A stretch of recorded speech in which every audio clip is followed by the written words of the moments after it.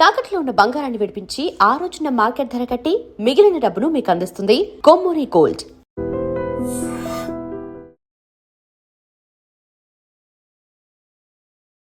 Ladies and gentlemen, welcome to iDream media. నేను ప్రియదర్శన్, నాతో పాటు శేఖర్ భాషా గారు ఉన్నారు. మాట్లాడదాం. హాయ్ అన్న. హాయ్. నమస్తే అన్న, బాగున్నారా? So first of all, Epstein files అని ఈ మధ్య మొత్తం ఇంటర్నేషనల్ లెవెల్లో, ఈవెన్ ఇక్కడ లోకల్లో రూరల్ ఏరియాస్లో కూడా మాట్లాడుకుంటున్నారు. మొత్తం అట్టుడికిపోతుంది, ఇంత సీరియస్ మ్యాటర్ ఇంత జరిగిందా అని చెప్పి. ఇప్పుడు దాని గురించి చిన్మయ్య గారు వేరే ట్వీట్ అయితే చేశారు. దాన్ని హిందూ రిలీజియన్కి కనెక్ట్ చేసి అది కొంచెం తేడాగానే ఉంది. దాని మీద ఫస్ట్ ఆఫ్ ఆల్ మీ స్పందన ఏంటి? అదేదో చిరపుంజిలోని చినికింతైనా తడుస్తుందని జుట్టు తారేడారి గోలెందుకురా గోదావరి గట్టిన ఉంటూ అన్నట్టు, అక్కడ ఏం జరిగినా కూడా ఇక్కడుండే వాళ్ళకే తప్పు అన్నట్టుగా, అది కూడా ఇంకా గట్టిగా మాట్లాడి ఇంకా మగాళ్ళదే తప్పు, ఏదో ఒక కోణం ఎత్తుక్కొని ఇక్కడ ఇది చేయడం తప్ప ఏం లేదనిపిస్తుంది. ఆవిడేమంటుంది, ఆ ఎప్స్టీన్ అనేవాడు అక్కడ పుట్టాడు కాబట్టి పర్లేదు, వాడిని ఏదో చేశారు. బట్ అదే ఇండియాలో పుట్టి వాడు ఇంత దరిద్రం చేసి ఉండి తర్వాత అయినా సరే వాడు రాముడు కృష్ణుడు అంటూ దేవుళ్ళ ఇది చేసుకుంటే అతను ఒక బాబాగా కొలిచి అతను ఇది చేసేవాళ్ళు అని చెప్పి, అంటే ఇక్కడ జనాల్ని ఇన్సల్ట్ చేశారు. దాంట్లో నువ్వు ఉన్నావు, నేను ఉన్నావు. ఎస్పెషల్లీ హిందువులు ఎమోషనల్ ఫూల్స్ వాళ్ళు. వాళ్ళకి ఏ రకమైన ఇది ఉండదు. వాడు ఎంత విధమైనా సరే ఫైనల్గా వాడిని జై శ్రీరామ్ అంటే వాడిని ఎత్తిని పెట్టేసుకుంటారు అనే కోణంలో ఆవిడ చెప్పడం అనేది ఇన్సల్ట్ ఎంటైర్ హిందూ ఫ్యాటర్నిటీ. అందుకనే ఆవిడ మీద కేసు పెట్టారు. ఆవిడకి ఇక్కడ ఉండే జనాలతో అంత ప్రాబ్లం ఉన్నప్పుడు ఎందుకు ఇంత కష్టపడి ఇక్కడ ఉండడం? ఇటువంటి మీ ప్రపంచంలో మీ చుట్టుపక్కల ఉండే హిందువులందరూ కూడా ఇంత దరిద్రులు అనుకున్నప్పుడు ఎందుకు ఇక్కడే ఉంటారు? మీ మనుగడ కోసం, మీ డబ్బుల కోసం, మీరు పాటలు పాడుకోవడం కోసం, అది వినేవాళ్ళ కోసం వీళ్ళు కావాలి.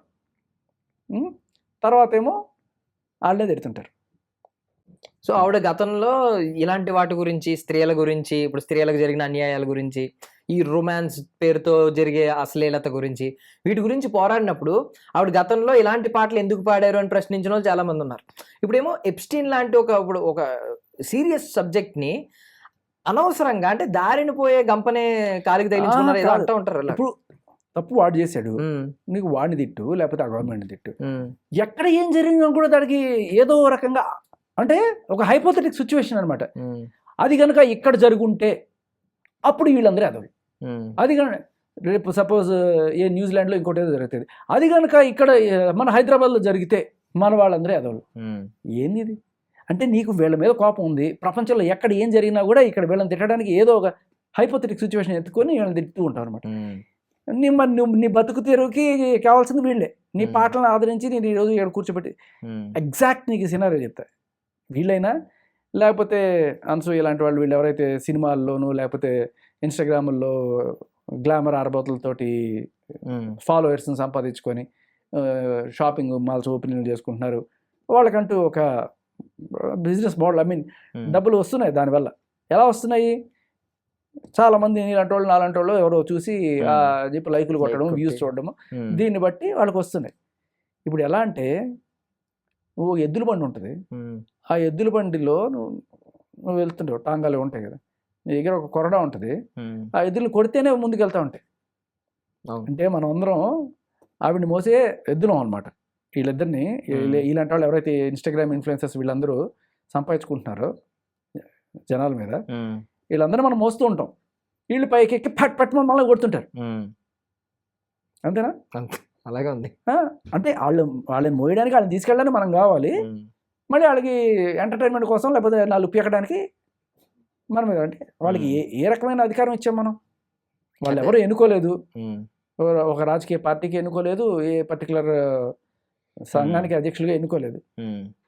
వాళ్ళకి మనం ఇచ్చిన పాపులారిటీని యూజ్ చేసుకొని, అంటే ఇంతమంది ఫాలో అవుతున్నారు కదా ఈ ట్విట్టర్లు లేకపోతే వీటిలో, వాటిలో పెట్టి అదే కొరడా అనమాట. మనం ఎద్దులో వాళ్ళు కొడతా ఉంటారు పచక్ అని చెప్పి, అట్లీస్ట్ అలా కొట్టించుకుంటూ అని ముసుకుపోతుంటారు అనమాట. నాకు అక్కర్లేదు నువ్వు పో అని చెప్పి వదిలేము, మనం ఇంకా మోస్తూ ఉంటాం. అంటే ఇప్పుడు అట్లీస్ట్ ఎప్స్టీన్ ఒక అబ్బాయి, మగవాళ్ళు అంటేనే ఇలాంటి వాళ్ళు, మగజాతే ఇలాంటిదని చెప్పినా సెన్స్ ఉండేదేమో కదా. ఇది మరి ఇంతలా కాకుండా ఆవిడకి అంటే మానవత్వం ఉన్న వాళ్ళు ఎవరన్నా సరే మగ ఆడపక్కన పెట్టేసి అక్కడ చిన్న పిల్లల్ని పిల్లలు. కూడా వాళ్ళు వేధించడం, వాళ్ళని అంటే చంపేశారు, నరమాంసం భక్షించారు అంటున్నారు, ఆ బ్లడ్ని తీసి తాగడాలు, ఇట్లాంటి దరిద్ర పనులను చేశారంట. అంటే వింటుంటేనే జుగుప్సాకరంగా ఉంది. అటువంటి వాళ్ళ మీద స్పందించడం మానేసి అది ఇక్కడ జరుగుంటే ఈ హిందువులందరూ ఏదోళ్ళంటే దట్ షోస్ యువర్ యాటిట్యూడ్ అంతే తప్ప నిజానికి అక్కడ జరిగిన చాలా పెద్ద దారుణం అది. చిన్న చిన్న పిల్లల్ని, మైనర్స్ని, పెద్దవాళ్ళని కూడా చాలామందిని ఒక ఐలాండ్కి తీసుకెళ్ళిపోయి అక్కడ వాడు పెద్ద వేశ్యాగృహం నడిపాడు. ఆ వేశ్యాగృహంతో పాటు వాళ్ళ పైశాచిక ఆనందాలు తీర్చుకోవడం కోసం ఇంకా రకరకాలవన్నీ కూడా ప్రవేశపెట్టాడు. అటువంటి దరిద్రం, నువ్వు నిజంగా చెప్పాలంటే అటువంటి దరిద్రం ఇండియాలో కూడా ఉన్నాయి. వాళ్ళని మనం ఏం చేస్తున్నాము అది కదా మనం క్వశ్చన్ చేయాల్సింది.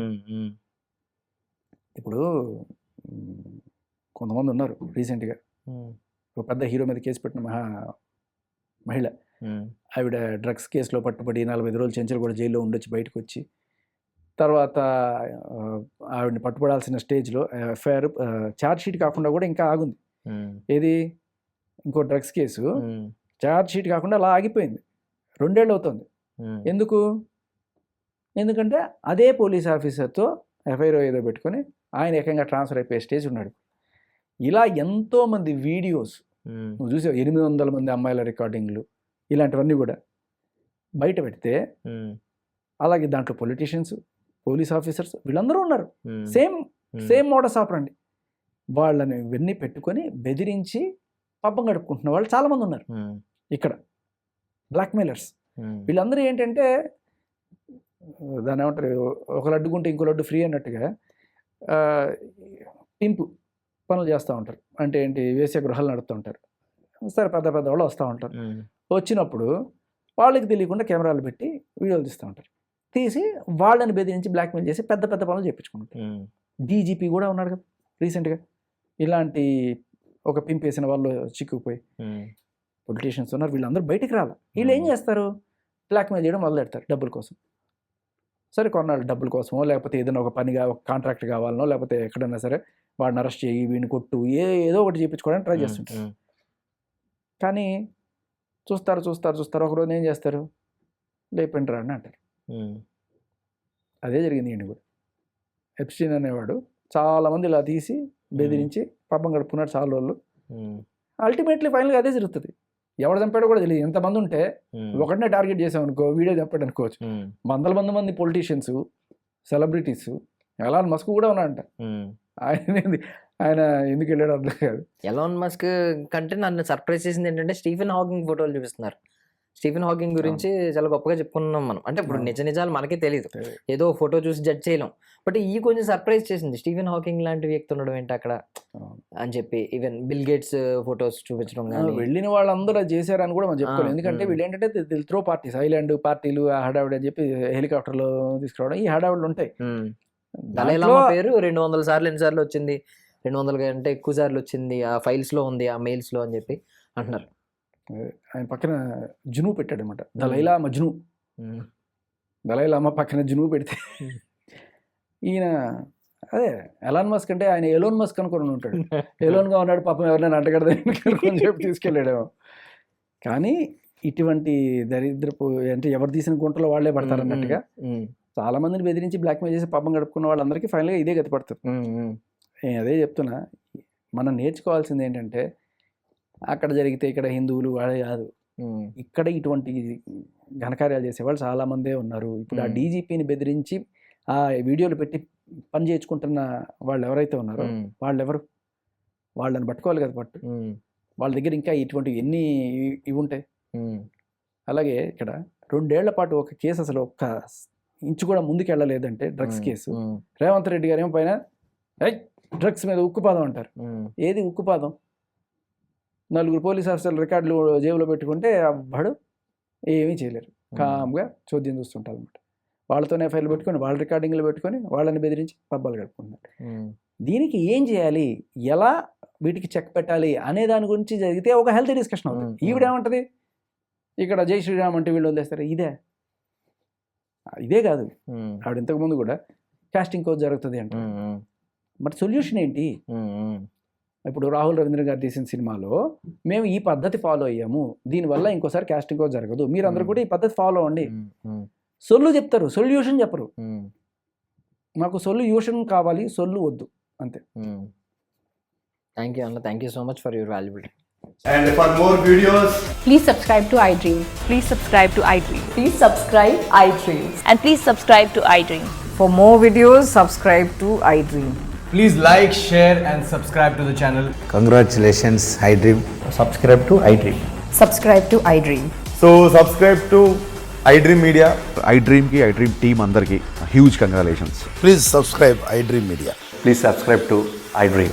Subscribe iDream. Please subscribe to iDream. iDream అంటే నా కళల ఛానల్ సబ్స్క్రైబ్ చేసుకున్న నోరు తిరుగుతలేదు, మీరైతే గంట గుర్తు కొట్టండి. For more such videos, please subscribe to iDream. Subscribe to iDream. Please subscribe to iDream. Please subscribe iDream Media. Please do subscribe to iDream. Please subscribe to iDream Media. For best entertainment and information, please subscribe iDream. And don't forget to subscribe to iDream.